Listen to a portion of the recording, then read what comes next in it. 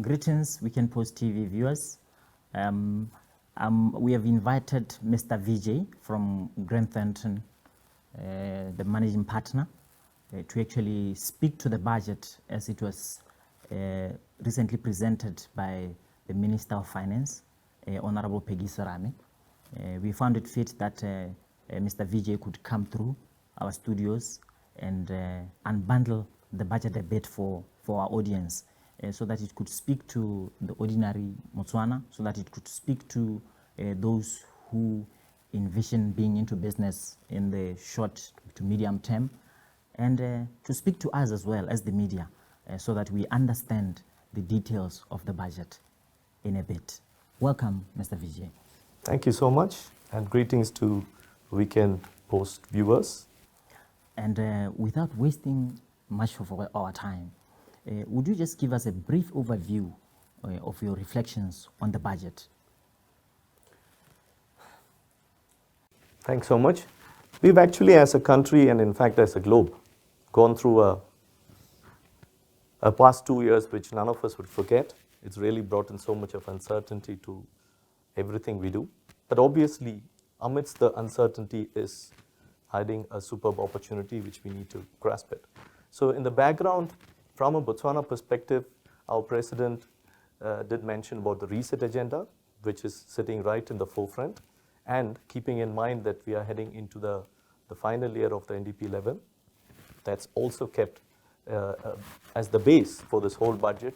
So in my view, this budget is all about transformation and how we as a country hold hands as private sector and public sector and focus more towards implementation of the initiatives in terms of making sure our transformation agenda becomes effective, keeping our eyes on Vision 2036. Thank you, Mr. Vijay. When you look at what the minister said, it's very clear that one of the objectives of a ministry is to deal with the deficit. I think it has been consistent for the past few years. But come to think of it, with a deficit, it's either you cut spending or you expand the economy.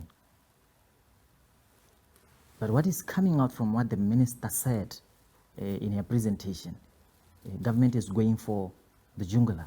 It's more taxes, more levies, as compared to expanding the economy. What would, in your view, what is the impact of this approach, especially on the personal finances of individuals?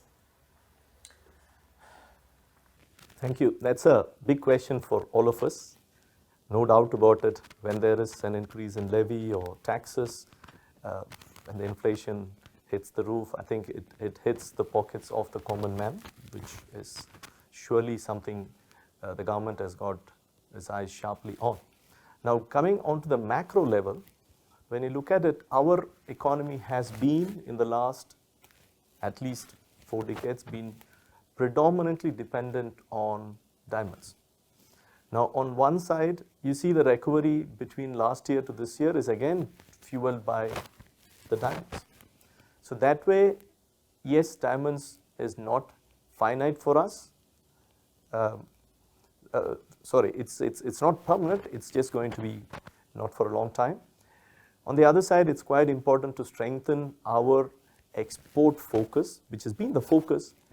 And I'm really looking forward to more activities, more action on that space, so that on a macro side, the FDI increases and the flow of revenue also increases. Yes, the focus on taxes also has been high over the years, but that is more towards improving the productivity and the efficiency of the fiscal function. Then if you look at in this budget, there's not much mention about the increase of taxes and related aspects. Equally, on that same note, it's very important to look at the government looks at resorting to local debt funding in the form of capital markets, which is again going to trigger the capital markets to open up. So Botswana, traditionally, government has been leading the way for any major breakthrough in the country. So I'm only hoping that it's a mix of all these three functions put together, that it takes away the the heavy pressure on the individuals. But having said that, yes, we need to recognize that currently there is pressure, and we hope that all these three functions working together would ease the pressure going forward. When we look at our exports, if you are to improve in that area, you mentioned, the fact that the economy is heavily dependent on diamonds, exporting diamonds. But we've been talking about this issue for many years now.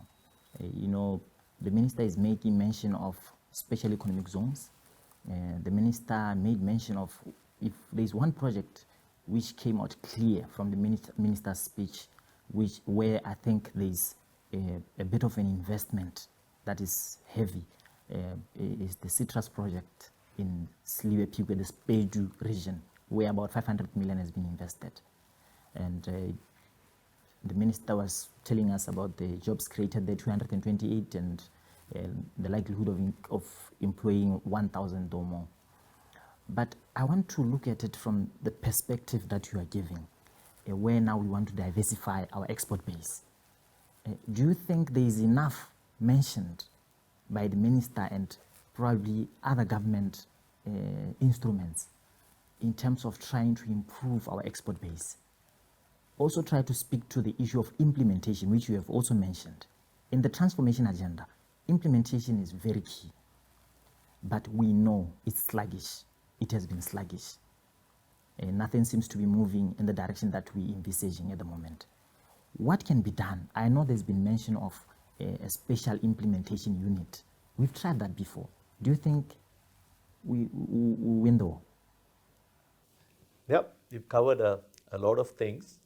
Let us see how I can, my perspective to it. Number one, yes, over the years we've been having challenges in terms of implementation, which does not get denied by anybody. Having said that, the most important thing is for us to recognize that at this point of time, we are sitting at a stage where we don't have much of a choice. Implementation is crucial. So I'm only hoping in all positive sense that it's a huge space of opportunity for private sector, citizen companies, youth, and every segment possible to partner with government and make sure that the action happens than excuses coming out. So that way, I think we've got to see the results, and we are all hoping from within that we play a vital role than just expecting the government to always do on a unilateral basis. I think that's one important thing as such. I just heard a very interesting statement from the Special Economic Zone, that their intention is not to be one more stop. Their intention is to be a one-stop shop.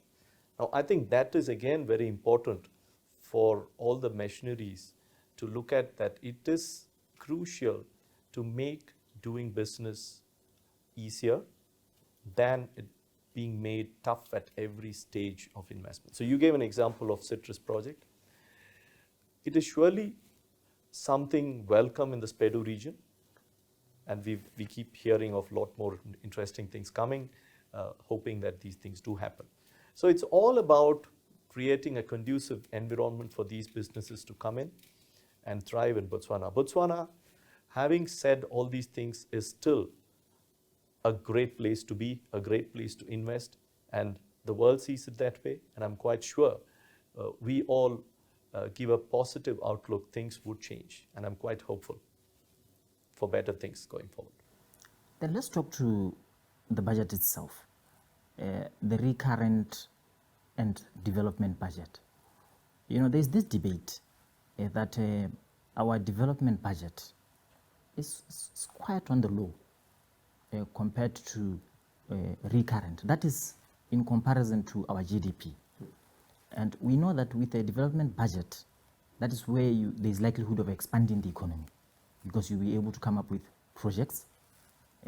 Projects, we know what they do. They create jobs. That's another area of concern in our country. What can you say as an expert in this area? What can be done to make sure that we expand or improve our development budget. Because according to what the minister presented, I think it's the recurrent is at somewhere over 53 billion, but the development budget it's about 16 billion or so. So, and when you look at the speech in its entirety, very few projects are mentioned in there. What can you say to that? Yeah.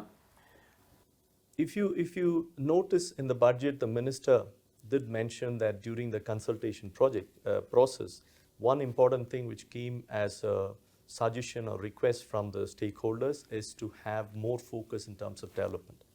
No doubt about it. If you see from 14 billion or so, it's moved up by another 2 billion to 16 billion. It might seem like it is lower than what we would like to see. But having said that, we've got to see the progress. Yes, we don't have much time on hand, keeping in mind Vision 2036 is 14 years from now. And that's a huge target in front of us. But having said that, implementation has been a challenge for us, and if we start peaking too much, it may not be able to be digested as well. So that way, it's better to focus on, I'm quite happy to see progress, and hopefully going forward, the progress will be steady. It's all about the implementation, which will really trigger a lot more excitement into both sides, being private and public sector as such.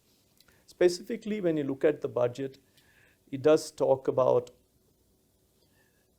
infrastructure being a core focus, while digitization and saving Botswana be equally important core focus. Because all these three, when it happens, change for the better would be seen, and I'm hoping these things to happen in the years to come. When it comes to the recurrent budget, the thought process of the government is very correct.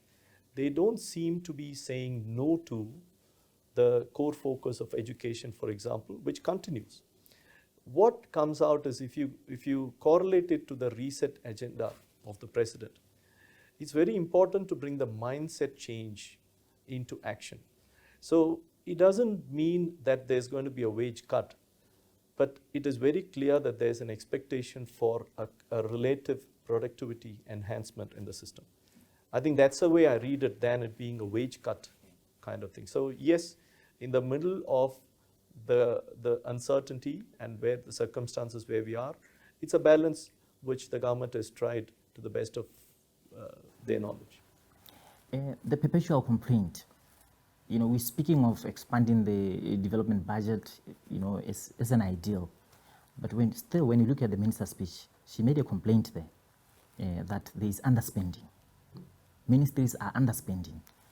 Currently, as we speak, I think we are at 88% or so. 3 months, just under 3 months, we are going to the new financial year. Certainly, ministries are going to return money. What does that say to implementation? And what does that say to commitment to create employment? What does that say to commitment to see projects moving? And what does that say to what we just expressed, that mindset change, the reset agenda? Are we still going to see the same attitude if we are still getting ministries returning money at a time when actually people have got nothing in the pocket? People are jobless. Yeah, again goes to the core. It's if you start taking the past as a reflection for the future, it's going to be discouraging us from that perspective. It's very important to say that the intention from the government of Botswana is exactly what they preach. And so I'm placing a lot of reliance on the initiatives which they have mentioned in the form of putting serious consequences for non-implementation.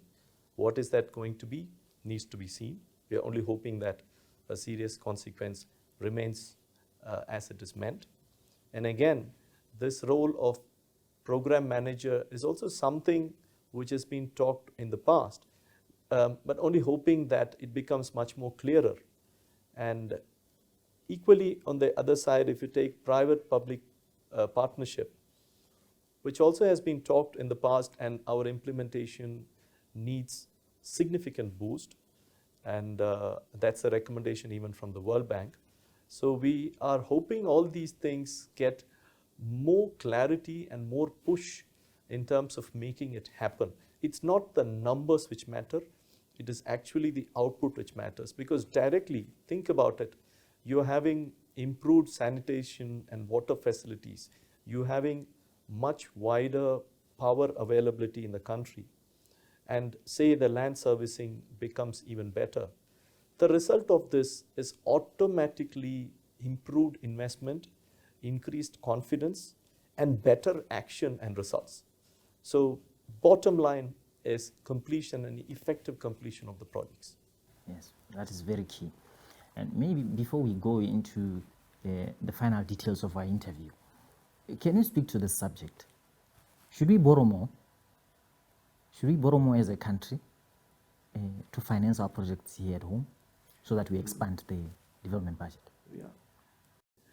Yeah, it's a real balance. At the end of the day, borrowing is nothing wrong. It's in fact healthier to borrowing the funds, because it puts a bit of pressure in the system to make sure that we have a commitment to somebody else. And again, when it comes to the global organizations, be it World Bank or African Development Bank, they do give funding on conditions of the funds being put to use for the purpose it's been given. So these things really only help and put that little additional pressure on the system. Absolutely nothing wrong. And over the years, we know that the government plays quite a responsible balance in terms of making sure that the reserves are kept pretty safe so that our confidence do not get hit. More the reserves deplete, it goes on to the core where it touches the confidence of us. So that way, what the government is resorting to is a much needed balance. And if there is a need, absolutely nothing wrong in terms of increasing the borrowing to make sure the results do happen. Yes. Speaking of the Balancing Act, we know unions are not happy as we speak. Unions are not happy. They're talking of lack of consultation. Government is being unilateral in coming up with certain suggestions as proposed by the minister. Maybe talk to this one. The minister spoke of the wage bill. It's huge. We all agree. It's huge. I think we've also heard from other finance institutions like the IMF that our wage bill is a bit on the up.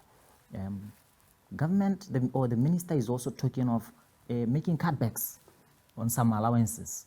Scarce skill, as an example. Overtime allowance, another example. What is your view on that? How would you advise? Would it be wise to stop the overtime allowance? And from an economic perspective or from a finance perspective, does that help deal with the deficit, manage the wage bill? But at whose expense? In this case, public. Yep. Speak to that. Yeah, very sensitive topic. Of course, there is no one answer to that. I think the word scarce skills defines that it is scarce. So as long as skill is scarce, it's very important to nurture, protect, and grow the skill. No doubt about that. So that way, it cannot lose its significance.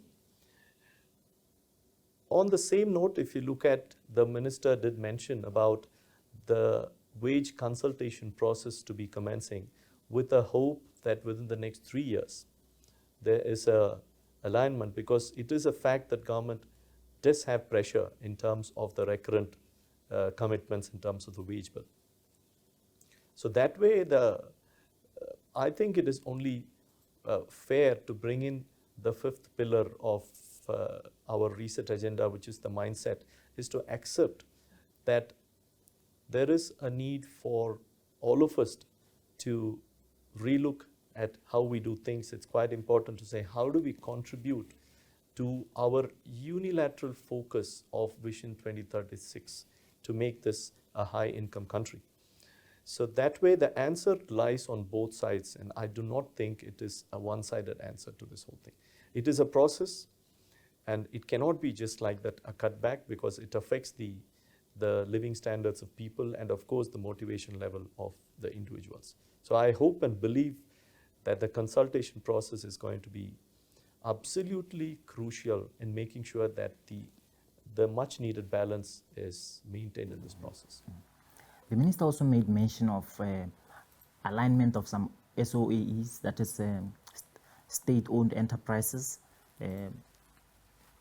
terminating some, and restructuring in some.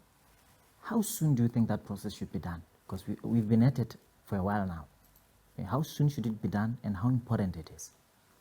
I think it's extremely important.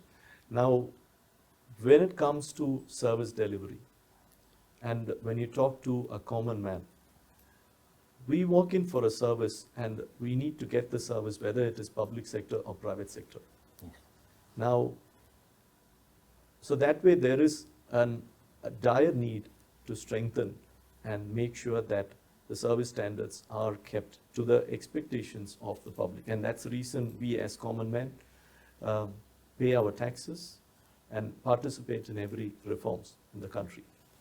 So that way it is quite important that the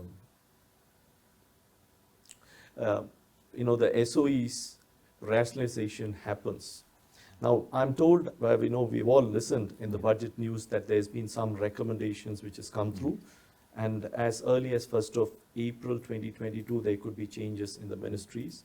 We're really eagerly looking forward to see what those things are. But irrespective of what it is, I think the commitment to service standards is quite high, and that will automatically address many things to happen for the better. Yeah, one last question, just a simple one. In your view, what would you say this budget is communicating to the community at Business Botswana? What would you say it is communicating to the small man, who's doing a small business in the streets? And what would you say is communicating to, a student who's just about to enter the job market? Okay. Again, wide coverage. But let me come from various levels now. I think if you look at the last 2 years, when as a country we were grey listed by FATF, it means a lot of things. As simple as you want to open a bank account, you're having problems because of the grey listing. And the same way when EU blacklisted us, the same issue. The effect of that is felt at every segment in the society. So that way, it's a big leap for us when we have been lifted out of the grey listing, and hopefully very soon the minister has said even the blacklisting would get. So it's a good step forward. I would really like to appreciate all the initiative, not only of the government, even the supervisory authorities, the accountable institutions, for playing their responsible role. So when we all get together, you see there is change. Secondly, in terms of the outlook of the rating agencies, whatever is the challenge around us, we still, the outlook is stable, which means when somebody looks from outside, they do see Botswana as a stable country and look at opportunities of investing in the country. Now, getting on to from a student's perspective, SME, and the common man, when you look at it, there always seems to be a gap in terms of, okay, all these things are happening, what's in it for me? Now, that way it is surely opening up a lot more opportunities for self-made entrepreneurs as well. You know, that's where the organizations like SIDA, LIA, and even all the other government organizations play a very important role in strengthening this. Employment cannot be created only by jobs created by corporates. It's very important that self-created employment also is a big thing. And so the enabling environment in this whole space is extremely crucial for a common man to understand what's in it for me. There is a question mark in the mind, and that's where I'm again recalling that one more stop is going to be a problem. And if we very confidently say that it's going to be one stop, where each of the organizations understand that they've got to make everything to make the process simpler for a business. I remember a few years back in one of the consultations with World Bank, they did say that as a business walks into the country, give them an opportunity. If they do not comply with the laws, discipline them and do whatever it is. But when you walk in, welcome them into the country. Of course, our our AML policies, the money laundering, all these initiatives is going to only strengthen this process, but it's very, very important to make it easy for businesses to set up and encourage the youngsters to have the confidence to set up. There's some brilliant minds in our country, and I have had the privilege of being part of Angel Network Botswana.